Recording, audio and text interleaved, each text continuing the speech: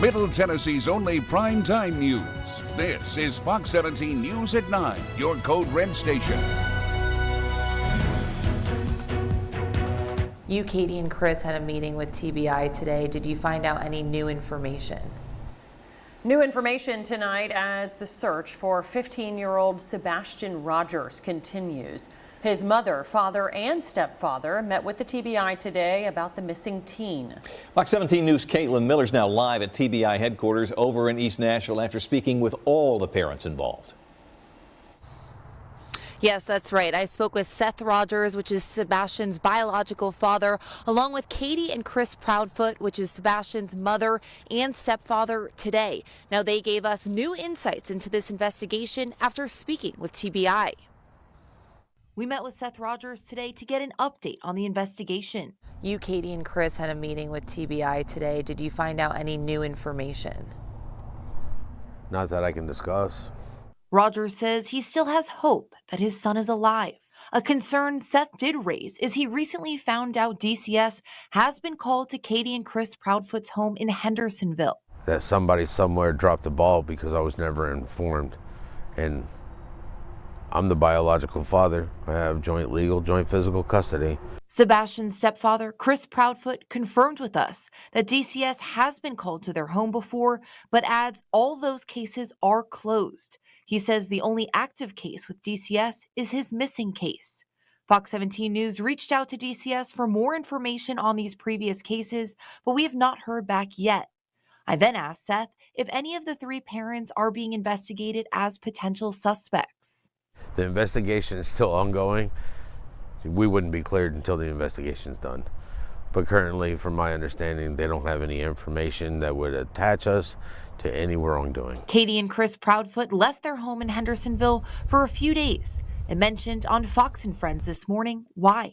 There were quite a bit of people that were, sending some very threatening and hateful messages to us. They're following us. They're driving past our house all hours of day and night. Katie says they're posting flyers all around the state.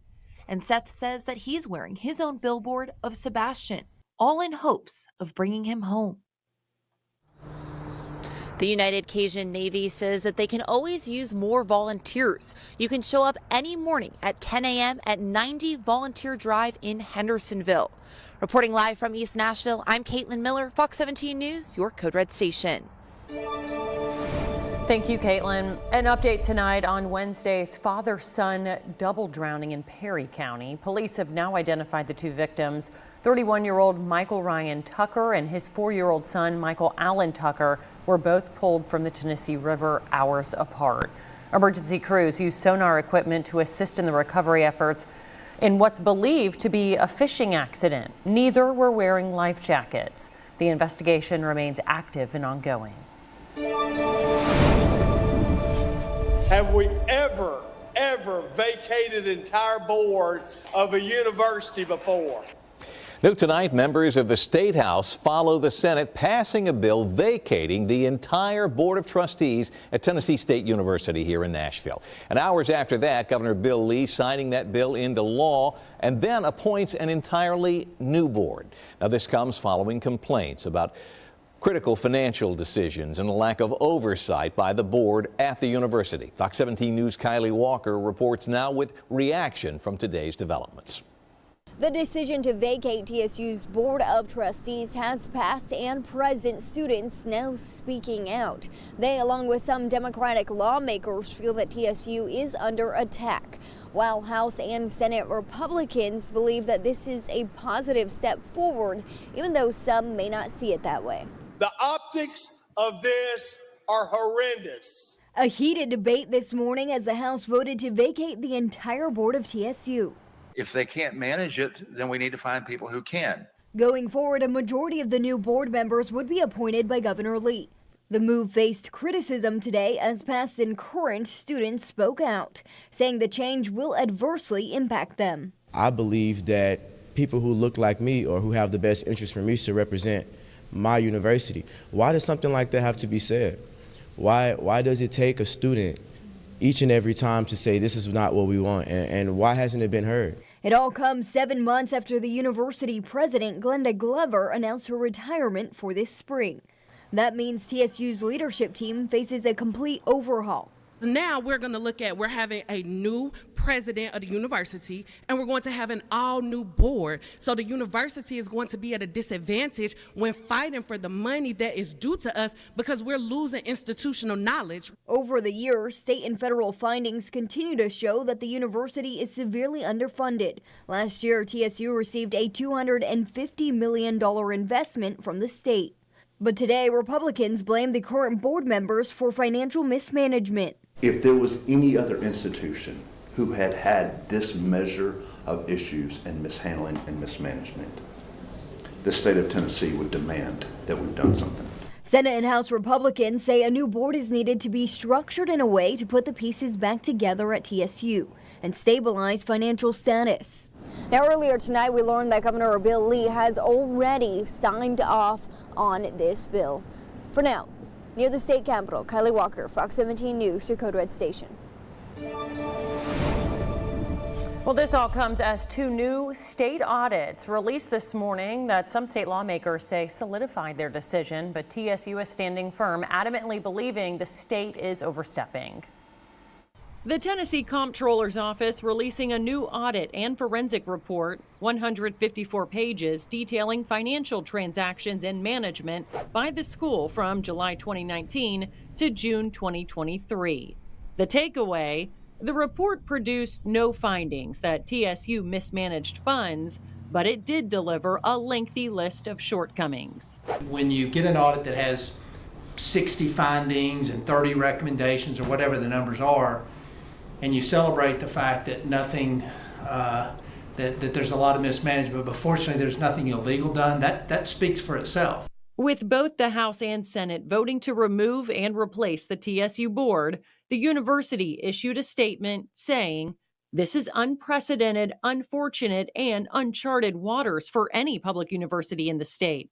We believe this legislation will disrupt our students' educational pursuits, harm the image of the university, and remove a board that had achieved success in its enhanced governance of TSU." The state's most recent audit and financial report cite a lack of sufficient documentation, a lack of pre-approvals for certain expenditures, an inability to manage a budget, and a lack of timely document submissions, unsustainable scholarship spending, and inconsistent scholarship documentation, as well as transparency deficiencies of bank records shared with the board. Well, the university continues to point out it's been chronically underfunded and believes it would be in a different position today if it had received the funds promised by the state over the last 3 decades. An update tonight on competing bills to do away with the property portion of the Tennessee franchise tax. Both the House and the Senate would allow companies who have paid it to apply for rebates. Senate version of the bill would let businesses go back 3 years to the tune of $1.5 billion. The new House version, however, suggests going back 2 years, cutting the potential rebate down to $800 million. This is on the table because the federal courts have raised questions about the legality of this part of our tax. Positioned ourselves very well in the event we do have a lawsuit. You know, the courts generally, when you're looking at the constitutionality of a statute like this, they're going to see what the state has done. And we have put together a reasonable plan to compensate the taxpayers. That's State Senator Ken Yeager. The Senate bill has already been passed, the House version up for a vote in the Finance Committee on Tuesday. Now to crisis in the classroom, a startling situation at a Middle Tennessee high school bathroom. Leaders say they found a loaded gun in an unattended purse at Stewart County High School. It was found in a part of the building that students don't have access to. The county says a staff member has been removed and the sheriff's office is investigating. Crisis in the classroom is our commitment to exposing problems and finding solutions for issues within our schools. If you have a story you think we should cover, send us an email to news@fox17.com. You can also call our tip line at 615-266-4149. Tonight, we've got chilly conditions out there, so much so that it could lead to some patchy frost in the area. And it's not going to be for everybody. This will be localized across Middle Tennessee and Southern Kentucky. Best bet will be for those along and east of I-65. This is where temperatures could drop into the mid-30s as we head through Friday morning here. We take a look at those overnight lows and we'll be looking at, again, those chilly conditions. Don't know where my lows went, but the map is showing things pretty quiet. High pressure in control, clear skies around. There we go. Looking at a low around 40 here in Nashville, but we'll be in those mid to upper 30s in some portions of the Cumberland Plateau and out into the upper Cumberland region. And again, that even could yield a little bit of frost localized, especially in low-lying areas. Best case scenario, make sure you're protecting any vegetation that is sensitive to frost. We'll talk more about warmer weather that's on the way. It does include your Easter holiday weekend. It's in your Fox 17 Code Red forecast.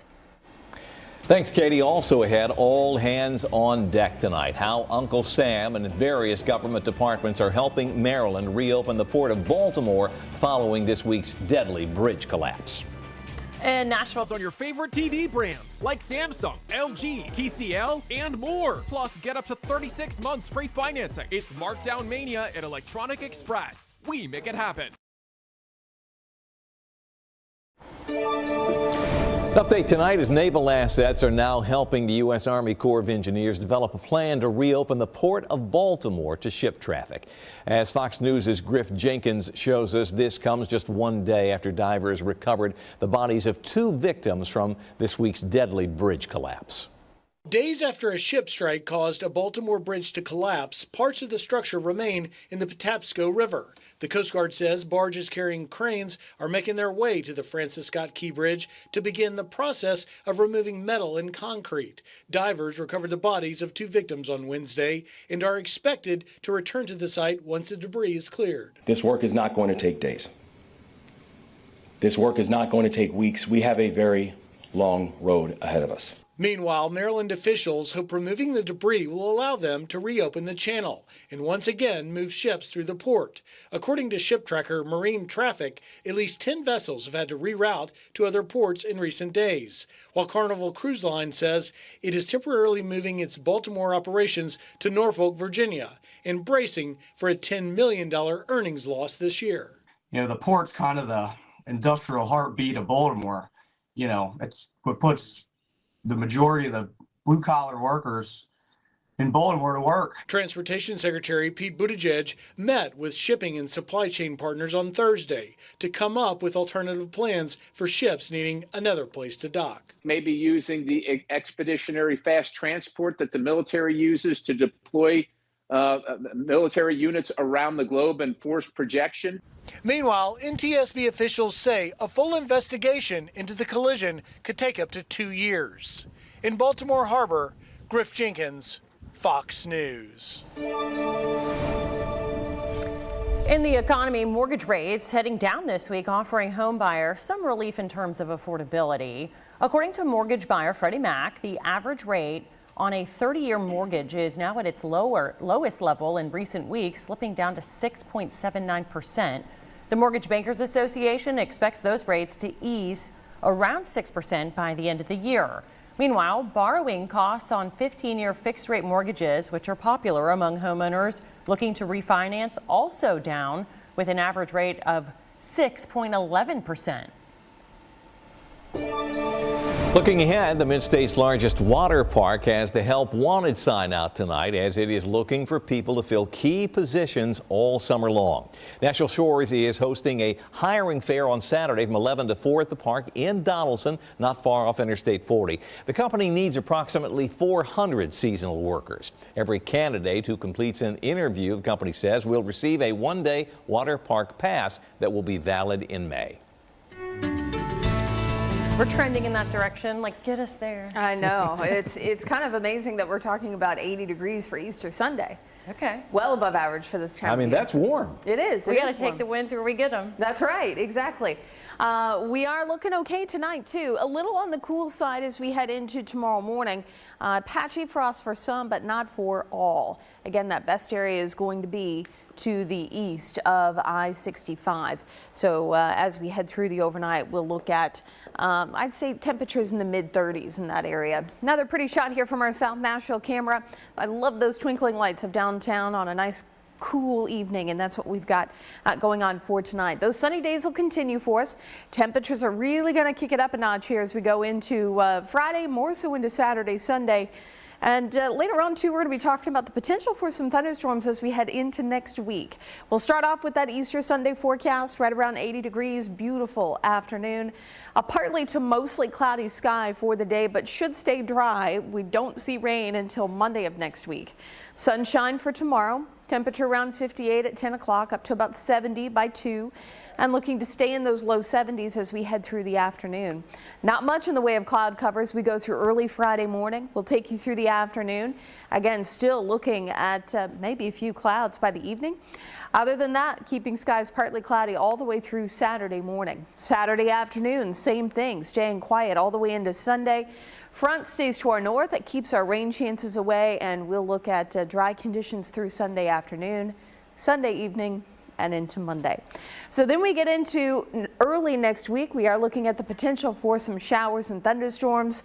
Right now, scattered thunderstorms do look possible for us. It is early, though.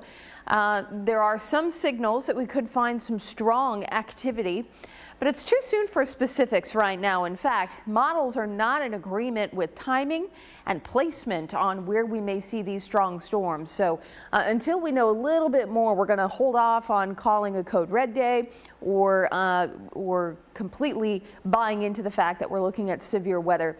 Right now, the thing that you need to take away is the fact that it does look like it's possible at this point. So we're keeping an eye on it. And the best thing you can do is just stay on top of the forecast, especially as we head into the weekend and into early next week. We'll detail one of our long-range models, and we'll walk you through that timing coming up a little later in your Fox 17 Code Red forecast.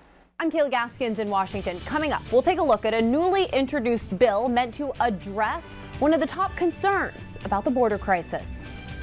And up next, Pope Francis is once again breaking tradition. Why this year's feet washing ceremony is a first.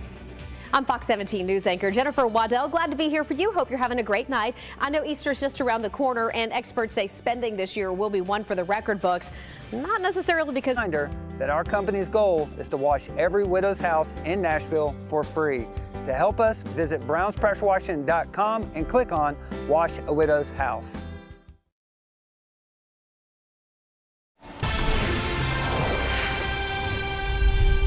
Well, one of the top concerns about the massive influx of migrants at the southern border is the number of people on the terror watch list attempting to gain access into the country. Fox 17 News' Kayla Gaskins in Washington tonight with brand new legislation. At the southern border, more than 200 known or suspected terrorists have already been caught trying to enter the country this year alone. If you're ISIS, you want to attack the United States, you say, hey, we got to get 10 people in there to do an attack. Well, it's easy. Let's just send them across the southern border. This concern prompting Texas Congressman Roger Williams to introduce a new bill on Capitol Hill requiring every migrant entering the U.S. illegally to go through a federal terror watch list screening. Earlier this month, Border Patrol arresting a Lebanese national who claims ties to the terror organization Hezbollah. Court documents say he told medical staff he came here to build a bomb, later backtracking, telling federal investigators he was only joking. There are a whole host of threats that emanate from the border. We have concerns that it could be a vulnerability that terrorist organizations could seek to exploit.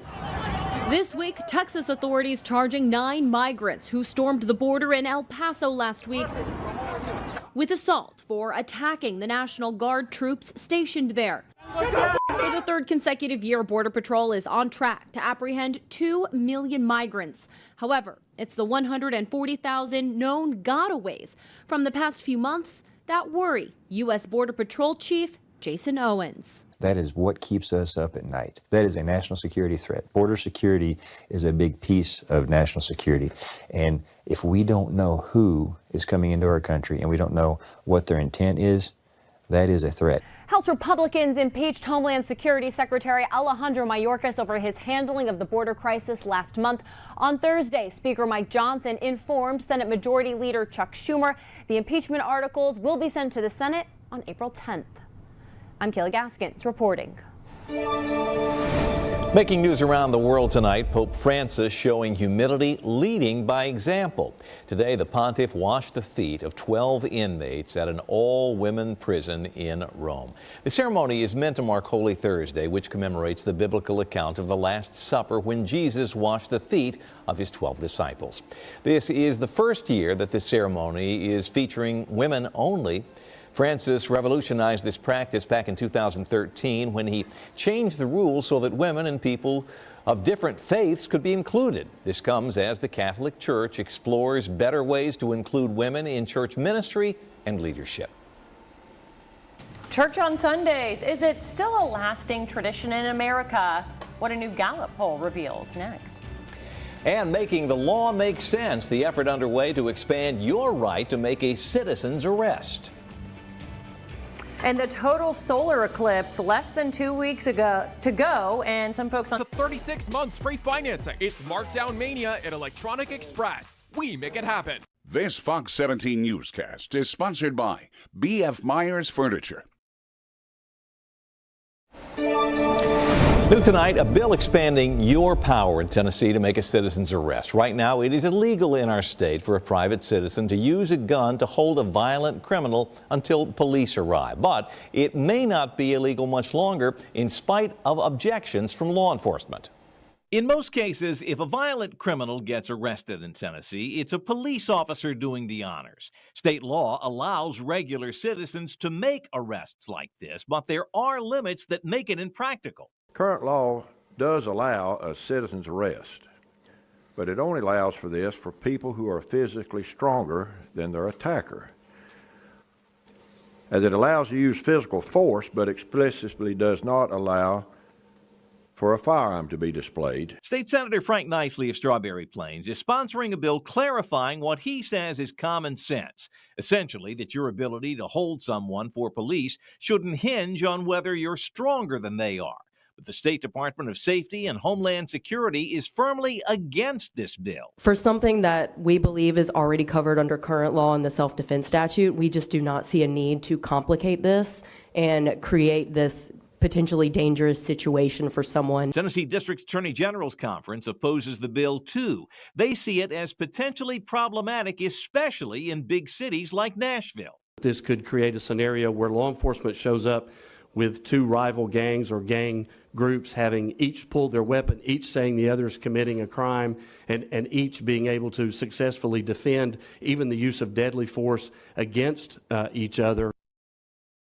Now, it's important to note Tennessee prosecutors have discretion and say they're not in the habit of busting solid citizens who are trying to help police. Senator Nicely's bill, however, would ensure that. It's moving forward in the state Senate and is up for a vote in a House subcommittee next week. We want to know what you think. Should Tennesseans be allowed to use a firearm to effect a citizen's arrest? Up to 749 votes now, and 57.8%, just about 58% of folks say no, 42.2% say yes. The poll's live right now. If you'd like to weigh in, scan the QR code there on the right-hand side of your screen. It will take you to our X page. Our handle's at Fox Nashville, and we will show updated results tonight on Fox 17 News at 10. Trending now, a new poll from Gallup finds that religious services attendance has dropped in the U.S. A combined 41% reporting that they attend anywhere from once a month to every week. 56% report that they seldom or never attend services. In 2 decades' time, the number of U.S. adults who reported attending religious services every week or nearly every week is down 12%. The number of Americans with no religious affiliation has increased from 9% up to 21% in that same time frame. Well, as we head into the overnight, I mentioned a little bit of patchy frost out there, but we're headed in the right direction. We are warming things up gradually, slowly, but we're going to get there.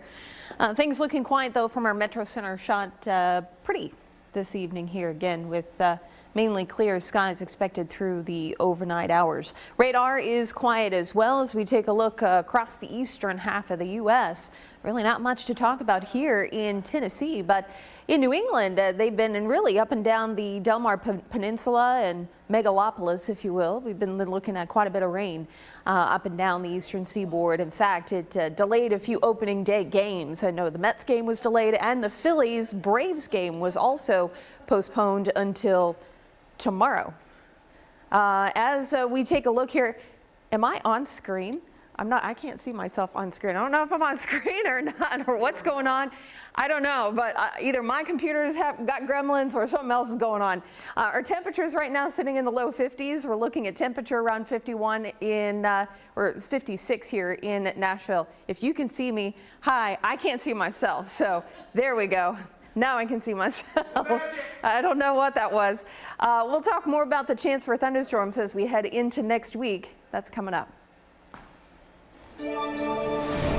Looking ahead to the total solar eclipse on April the 8th, some people on social media, you may have seen it, they're confused about exactly who will see total darkness and who won't.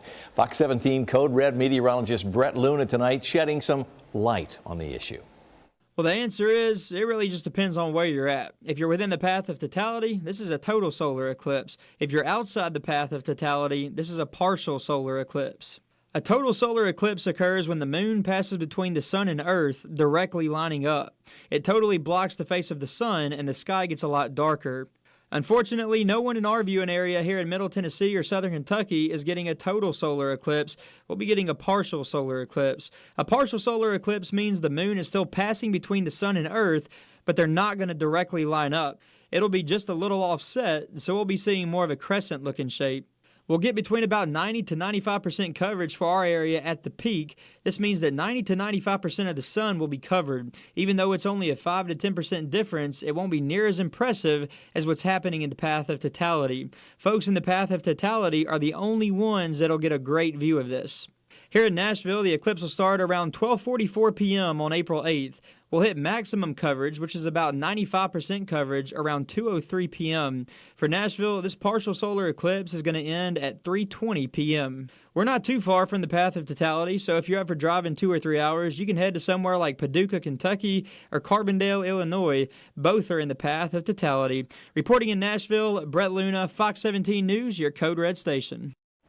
And tomorrow on Fox 17 News at 9, do you know whether or not your Eclipse eyewear will protect you?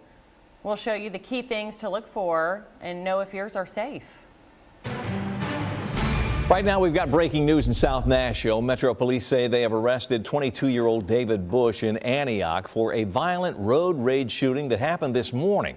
Investigators say that he shot the driver of a car that had cut him off on Murfreesboro Road. Tonight, Bush is charged with attempted murder and reckless endangerment. Just ahead, a new era for Vanderbilt basketball, how the Doors' new head men's basketball coach is planning to breathe new life. Get a rate based on you with DriveWise and the Allstate app. This Fox 17 newscast is sponsored by Eurostone.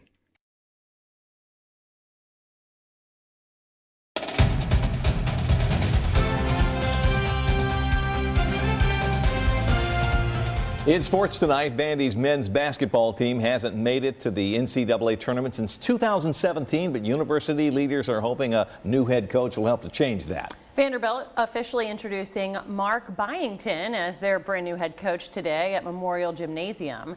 Fox 17 sports director Jill Jelnick has more on the new leader and his direction for the Doors.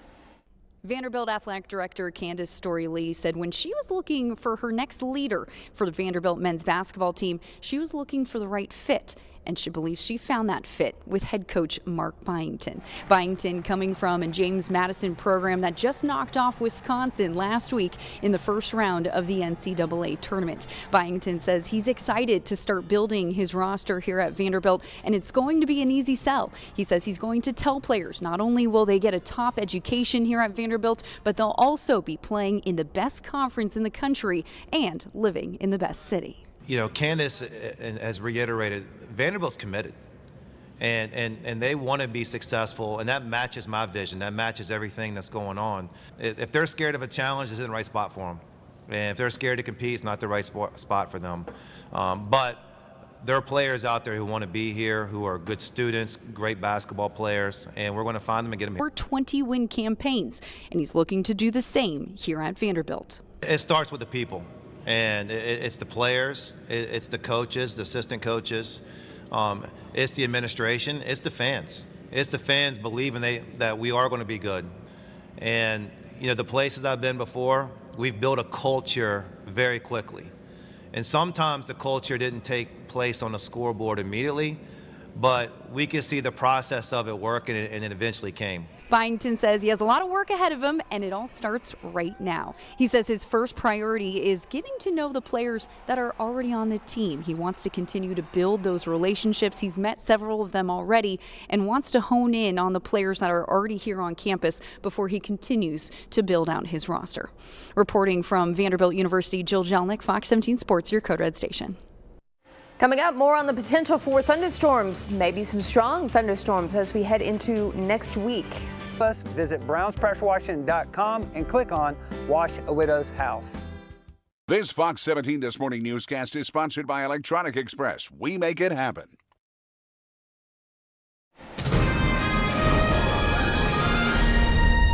In Your Voice, Your Vote, the next few months will bring us fully into the throngs of the 2024 election campaign. But this year will be like no other, with warnings of artificial intelligence and that it could be a major threat, including in the days just before Americans head to the polls in November. Fox 17 News' Christine Frizzell has more. The landscape is changing, with new warnings about artificial intelligence and our democracy. It's one of my areas of greatest concern, the more general ability of these models to manipulate, to persuade. Industry leaders acknowledge deepfake audio has become indistinguishable from real people's voices, with this example of how it presents a danger, with a voice impersonating the president discouraging people from voting in New Hampshire's primary. It's important that you save your vote for the November election. Voting this Tuesday only enables the Republicans in their quest to elect Donald Trump again. The Federal Communications Commission has now banned deepfake robocalls, and the Federal Trade Commission has proposed a ban on impersonation of individuals in government and business. But despite those actions by the FCC and the FTC, Rob Weissman, president of Public Citizen, says the FEC needs to do much more. The Federal Election Commission is completely falling down on the job and leaving us terribly vulnerable in the 2024 election cycle. He says on a positive note, many states have taken action. The Georgia House last month passed a bill making it a felony to use deceptive video or audio to impersonate candidates. How can we have election integrity without knowing what the candidates are saying and what they're truthfully saying, what they truthfully believe in? YouTube now requires labels for some AI-generated content, with similar policies from Meta, which owns Facebook and Instagram. But concerns are rising that bad actors will simply not follow those policies. If you're a candidate and you're portrayed 2 days before the election in a video falling down drunk, you're in a lot of trouble. And to get up and tell people that wasn't me, that's going to be a hard sell because people will have seen it with their own eyes. One of the greatest concerns, that things could get so out of control that people don't trust anything they see or hear. And that lack of trust could undermine American democracy for years to come. In Washington, I'm Christine Frizzell. This week on Full Measure, activists have figured out how to shape our language in real time to accomplish political and social goals. One of the ways they're doing that, reportedly lobbying online dictionaries, asking them to redefine words and terms. What do you think is the impact on a society when its official record of language and what words mean can change in real time as fast as it's changing today? The impacts, I think, actually end up being rather dire because official definitions of language really control the way that our law and policy works. So even something as saying anyone who's female-bodied is a woman really affects how people are incarcerated, how they're treated in healthcare, all these things that the state has to control. Now this week, Cheryl Atkinson examined some of the key terms that have been transformed into something entirely new in recent years and why. That's Full Measure, Sunday morning, 7:30, right here on Fox 17. All right, let's talk more about those rain chance coming in for next week. Yes, there is a potential for a few strong thunderstorms, but the timing right now is really something we can't pinpoint. I can tell you that we're looking at Monday, Tuesday. Right now, it looks like Tuesday will be the main day that we are looking at or focused on for any strong thunderstorms, but we'll see the chance for maybe a few pop-up storms ahead of that line coming in on Monday. But it will likely be Tuesday. At least that's the way it's looking right now. So again, too early for specifics here, but we're already getting a highlight from the Storm Prediction Center on where we may see a few of these strong thunderstorms. I'm going to tell you, this is going to change between now and Tuesday of next week. So just keep that in mind. But for now, it does include all of Middle Tennessee, stretches from Columbus, Ohio, all the way down almost to Birmingham, Alabama. So fairly wide area, but given the fact that it's 6 days away, that understandably so, why it's a little bit wide. We'll get a little more focused as we get more information down the road. So let's walk you through one of our long-range models here, and we're going to start this Monday evening right around 5 o'clock, and we'll roll forward here. You can see that Monday night, not seeing too much in the way of rain. I think we may find a few isolated storms through the afternoon and early evening. Then we get into Tuesday morning. There are some models that are hinting at some storms for Tuesday morning. Late Monday night into Tuesday morning, you can see a little bit of that here, stretching from Indianapolis, and this would likely tail all the way through Louisiana. Other models like this one here, not really focused on the potential for storms in the morning, more so in the evening, could see some redevelopment. This is 2 p.m. and notice with this latest run, it shifts a lot of the weather to the east of us. So we don't want to take that to the bank. There's still, again, a lot of time between now and then, a lot of model runs and a lot of different models that we'll be looking at for the potential of strong storms. So for now, what you need to know, again, it's possible. It's a little early for specifics and timing. So you just want to make sure that you're staying tuned and know that you're aware at least that there is a potential going into next week, and have that Code Red weather app ready to go. You can scan the QR code here and it'll take you to our app, which is free to download, and it's a great way to stay up to date as well.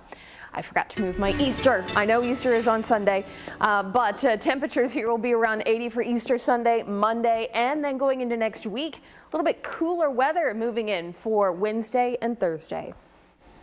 Turning back time now. Tennessee GOP is slamming the door on city police reforms in Memphis. This Fox 17 newscast is sponsored by Eurostone.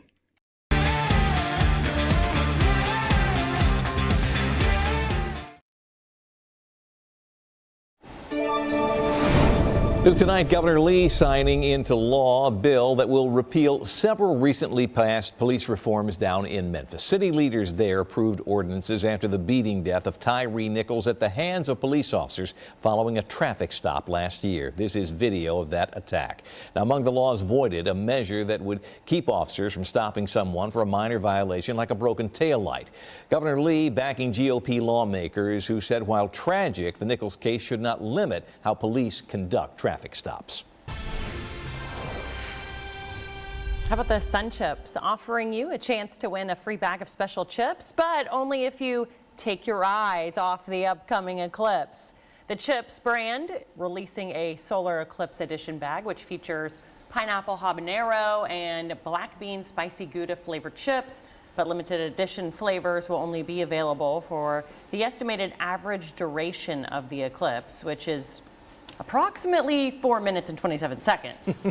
You can enter to win the chips at 1:33 p.m. Central Time on April 8th at sunchipsolareclipse.com. All right, 4 minutes to grab those limited edition chips. I want to know why they chose those flavors. No. Elusive flavors that that you can't get at stores anywhere else. Gouda and what did you say? Pineapple, Gouda? And there was some spicy thing too, spicy, habanero, habanero. peppers, yeah. They've got to make it elusive somehow. Yeah. True. Pass. You'd rather soak in that eclipse. I'll be watching the eclipse. Hard pass. Got to give it to their marketing team though, right? Still to come, hey Google, I'm on vacation. The tech giant rolling out new features. With a reminder that our company's goal is to wash every widow's house in Nashville for free. To help us, visit brownspressurewashing.com and click on Wash a Widow's House. Looking ahead, your next vacation could be easier to plan thanks to some new features from some Google apps. All right, here we go. The company's search engine will now use AI to provide travel ideas and schedules.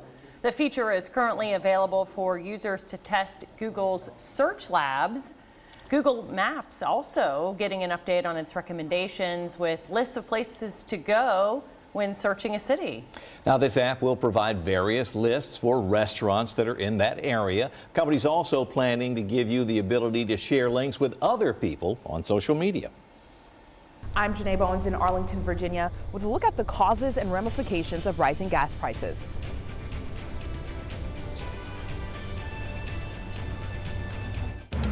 This is Fox 17 News at 10, your Code Red station.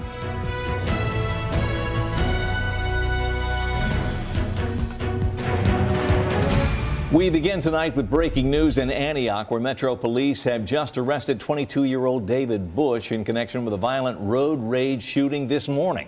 Well, police say that he shot the driver of a vehicle that cut him off on Murfreesboro Pike. Police have charged Bush with attempted homicide and reckless endangerment.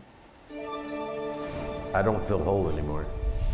New information tonight in the ongoing search for missing Sumner County teenager Sebastian Rogers. The 15-year-old's mother, father, and father, all met with the TBI today about this young man's disappearance. Fox 17 News' Caitlin Miller live at TBI headquarters in East Nashville after speaking with all three parents. Caitlin. Yes, I spoke with Seth Rogers, which is Sebastian's biological father, along with Katie and Chris Proudfoot, which is Sebastian's mother and stepfather, today. Now, they gave us new insight into this investigation after speaking with TBI. Now, we spoke with Seth Rogers, and he says that he still believes he's still waiting to get an update on the investigation, but he still has hope that his son is alive. A concern Seth did raise today, though. He recently found out that DCS has been called to Katie and Chris Proudfoot's home in Hendersonville. Sebastian's stepfather, Chris Proudfoot, confirmed with us that DCS has been called to their home before, but adds that all those cases are closed. The family wants to focus on finding him. Sebastian's been missing for more than a month now. What keeps you getting up every morning, going out and searching for him? Being a dad, having perseverance, wanting him to come home, wanting to watch him finish growing up. Seth says that he's wearing his own billboard of Sebastian, the last photo that Seth took of him. Now, the United Cajun Navy says that they're always looking for more volunteers and that you can show up at 10 a.m. any morning at 90 Volunteer Drive in Hendersonville. Reporting live from East Nashville, I'm Caitlin Miller, Fox 17 News, your Code Red station. The optics of this are horrendous. Making headlines tonight, Tennessee Governor Bill Lee appointing new members to the Tennessee State University Board of Directors after the House votes to vacate the board. The move comes with criticism today by past and current students at TSU who feel the change will adversely impact them, while House Republicans believe it's the right next step forward, pointing to financial mismanagement. I believe that people who look like me or who have the best interest for me should represent my university. Why does something like that have to be said? Why does it take a student each and every time to say this is not what we want, and why hasn't it been heard? If there was any other institution who had had this measure of issues and mishandling and mismanagement, the state of Tennessee would demand that we've done something. Earlier today, Governor Bill Lee signed off on that bill. New tonight, a bill expanding your power to make a citizen's arrest in Tennessee is moving forward in the state Senate. Right now, Tennessee law allows regular people like you and me to arrest a violent criminal when police aren't around. But it is illegal for you right now to use a gun to do it. Senator Frank Nicely sponsoring a bill that would allow the use of a weapon in a citizen's arrest. He says it not being stronger than a criminal shouldn't keep you from arresting them. And it would just allow someone to hold someone who committed a crime against them or a violent crime against someone else, hold them until the law got there. Senate Judiciary Committee passed that bill this week 6-3 over the objections of both law enforcement and prosecutors. The companion bill is up for a vote in a House subcommittee on Tuesday. New tonight, a message from State House Republican leaders to Covenant school families. We're not finished. A year and a day after the deadly shooting rampage at the private Christian school in Green Hills, House Majority Leader William Lamberth says lawmakers remain focused on school safety. But he says legislation can take time, and he points to what's been done. $200 million in school safety grants, funding to keep people found incompetent to stand trial from being put back out on the streets, and a change in school fire alarm protocols to thwart active shooters. Prayers without works doesn't bear fruit, but when you're working on issues that actually improve safety, that's good work to be done, and so that's what we're going to continue to do. Covenant families continue to push for things like expanded background checks and are also hoping to achieve faster progress. Another chilly night ahead. It's not going to be quite as cold as where we were this morning, but chilly enough for some folks that we may end up with some patchy frost for tomorrow morning.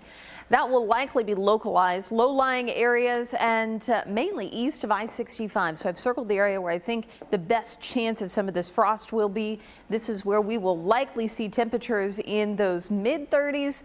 Possible that we could see a few low 30s on the map, but mid 30s are basically going to be what we end up with, especially east of the interstate here. Nashville will be around 40 degrees for the overnight. Dickson and Camden sitting around 40 as well, with Hopkinsville and Clarksville sitting at 40 degrees also.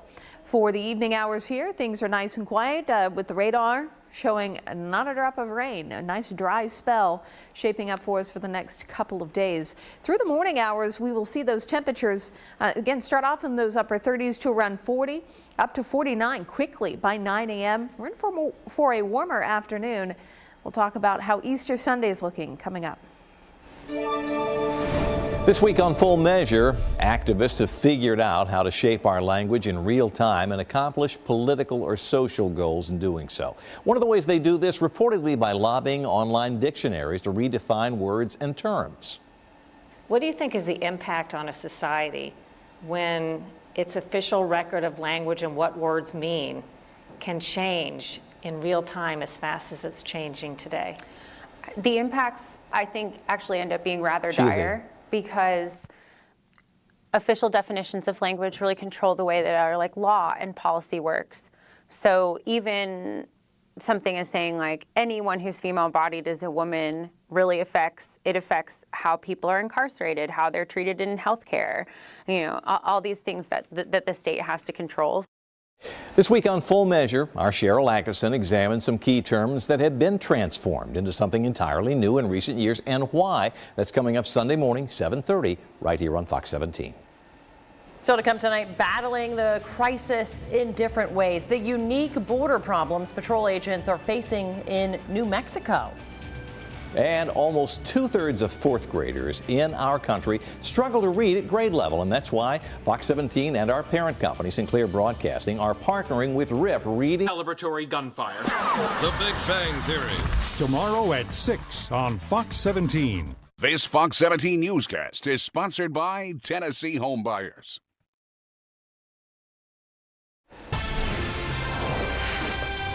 Continuing coverage as border agents in New Mexico say the crisis in their state is dire and very different from the one in neighboring Texas.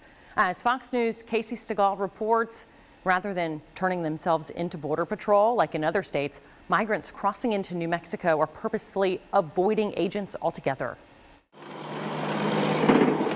A tale of two border states. The Texas-installed razor wire ends where Sunland Park, New Mexico begins. And officials say here they're experiencing a different side of the migrant crisis. What we're seeing in New Mexico on this side of the border, they don't want to get caught. Illegal crossings disrupting everyday life. On Wednesday morning, 6 migrants were caught near a middle school. The search forced a lockdown, and the school superintendent says it's the second time it's happened in the past week. It is concerning, and it does at some level disrupt our educational process. The local fire department is feeling the strain on resources, responding to migrant rescues and body recoveries. The Sunland Park fire chief tells Fox the illegal crossings take a toll on his team and the community. They'll hide in backyards, tool sheds, trash cans, up against buildings. The vast majority, I'm sure, are good people and looking for a better life. But again, we've seen the statistics. We know that there are bad actors in those groups. Those bad actors often make their way far beyond border states. New numbers from ICE show 216 criminal migrants were apprehended during a 2-week operation this month nationwide. Many arrested had additional serious criminal convictions, including burglary, arson, assault, kidnapping, extortion, sexual assault, and forgery. And investigators say 104 of those arrested had previously been removed from the U.S., but illegally entered again, an alarming number for people living and working on the front lines. I'm not going to say we're overwhelmed, but it's taxing on the community. Officials say bad problems will only get worse when the summer heat arrives. That will translate into more calls for migrant medical emergencies. That's the latest from Sunland Park, New Mexico. Casey Stiegel, Fox News. An update tonight as the Powerball jackpot increases after no one wins the big money last night. The next drawing's coming up on Saturday for Powerball, worth an estimated $935 million. Might change your life, might. Lucky winner in this case can take home the cash option of $449.7 million. Now, the Mega Millions jackpot has reset down to $20 million after a lucky winner in New Jersey won the prize on Tuesday night. Mega Millions next drawing is tomorrow night, Friday. The cash value there, $9.5 million. I'm Janae Bowens in Arlington, Virginia, with a look at the causes and ramifications of rising gas prices. 0% financing for 36 months on select 2023 and 2024 vehicle trims. This Fox 17 newscast is sponsored by Zander Insurance.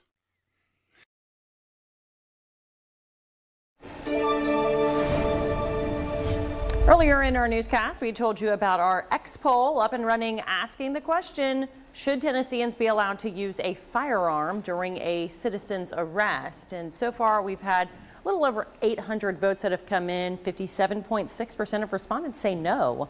42.4% say yes. Each night, look for a brand new poll on our X page that you can participate in.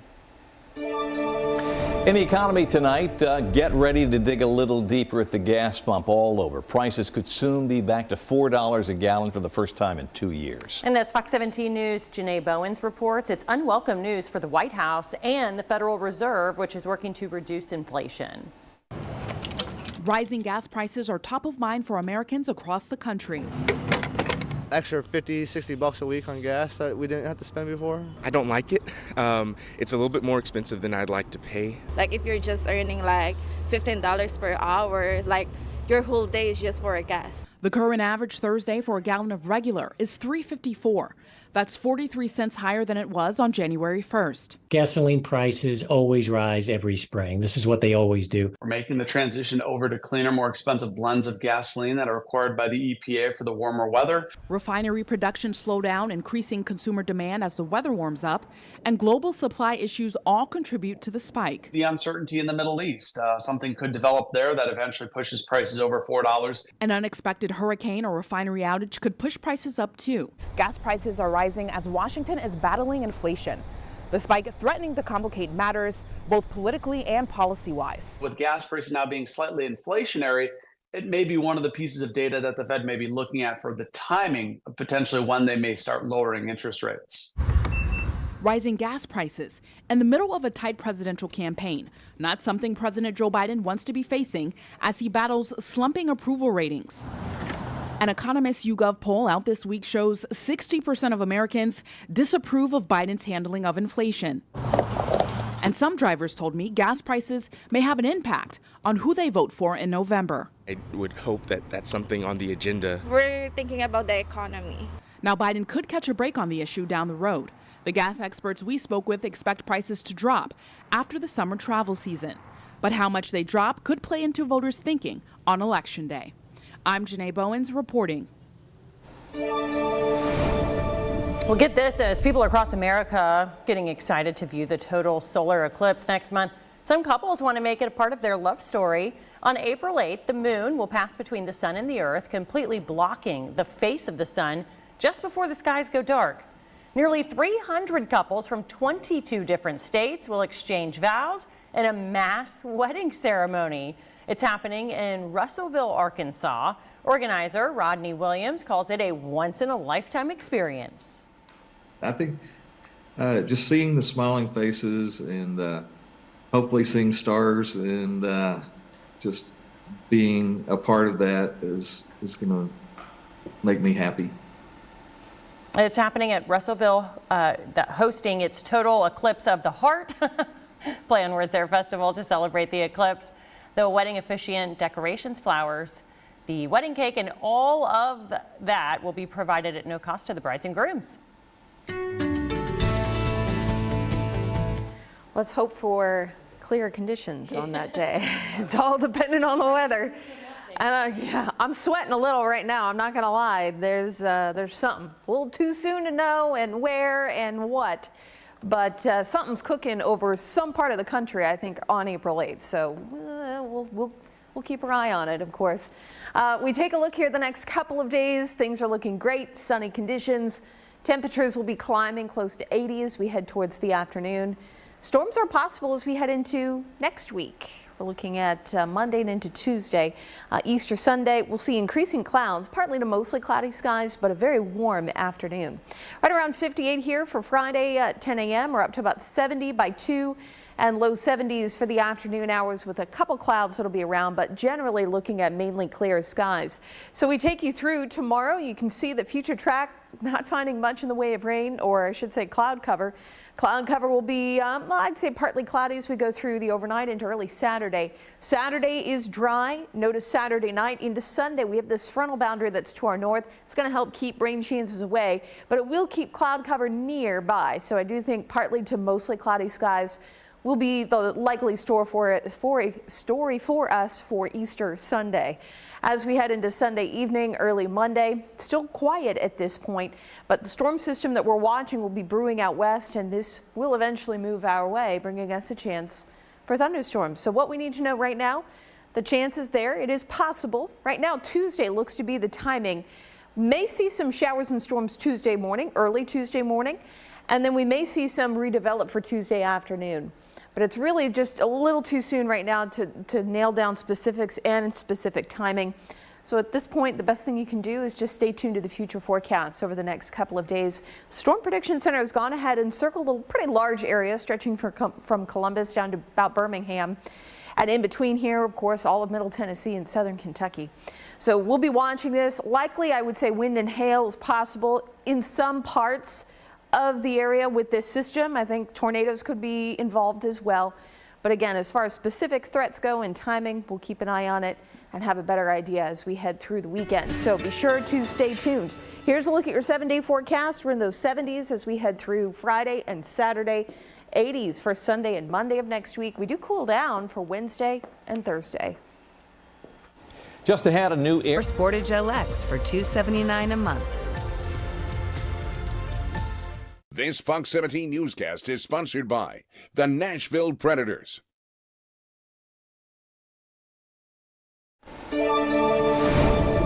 In sports tonight, the Vandy men haven't been to the NCAA basketball tournament since 2017, but university leaders are hoping a new head coach will change that. Well, Vanderbilt officially introducing Mark Byington as their new head coach at Memorial Gymnasium. Fox 17 Sports Director Jill Jelnick has more on the new leader and his direction for the Doors. Vanderbilt Athletic Director Candace Story-Lee said when she was looking for her next leader for the Vanderbilt men's basketball team, she was looking for the right fit. And she believes she found that fit with head coach Mark Byington. Byington coming from a James Madison program that just knocked off Wisconsin last week in the first round of the NCAA tournament. Byington says he's excited to start building his roster here at Vanderbilt, and it's going to be an easy sell. He says he's going to tell players not only will they get a top education here at Vanderbilt, but they'll also be playing in the best conference in the country and living in the best city. You know, Candace has reiterated, Vanderbilt's committed, and they want to be successful, and that matches my vision. That matches everything that's going on. If they're scared of a challenge, it's in the right spot for them. And if they're scared to compete, it's not the right spot for them. But there are players out there who want to be here, who are good students, great basketball players, and we're going to find them and get them. 4 20-win campaigns, and he's looking to do the same here at Vanderbilt. It starts with the people. And it's the players, it's the coaches, the assistant coaches, it's the administration, it's the fans. It's the fans believing that we are going to be good. And, you know, the places I've been before, we've built a culture very quickly. And sometimes the culture didn't take place on the scoreboard immediately, but we can see the process of it working, and it eventually came. Byington says he has a lot of work ahead of him, and it all starts right now. He says his first priority is getting to know the players that are already on the team. He wants to continue to build those relationships. He's met several of them already and wants to hone in on the players that are already here on campus before he continues to build out his roster. Reporting from Vanderbilt University, Jill Jelnick, Fox 17 Sports, your Code Red station. We all have that time of day where we want to run to whatever's available for a snack, but I'm Liz Bonus. There's a new list of the top fruits to help with weight loss. At snack time, we will share it just ahead. I'm Fox 17 News anchor Jennifer Waddell. Glad to be here for you. Hope you're having a great night. I know Easter's just around the corner, and experts say spending this year will be one for the record books. Not necessarily because people are buying more, it's just that we're spending more for everything we get. So we'll break down where that money is going Friday on Fox 17 News this morning, starting at 4 a.m.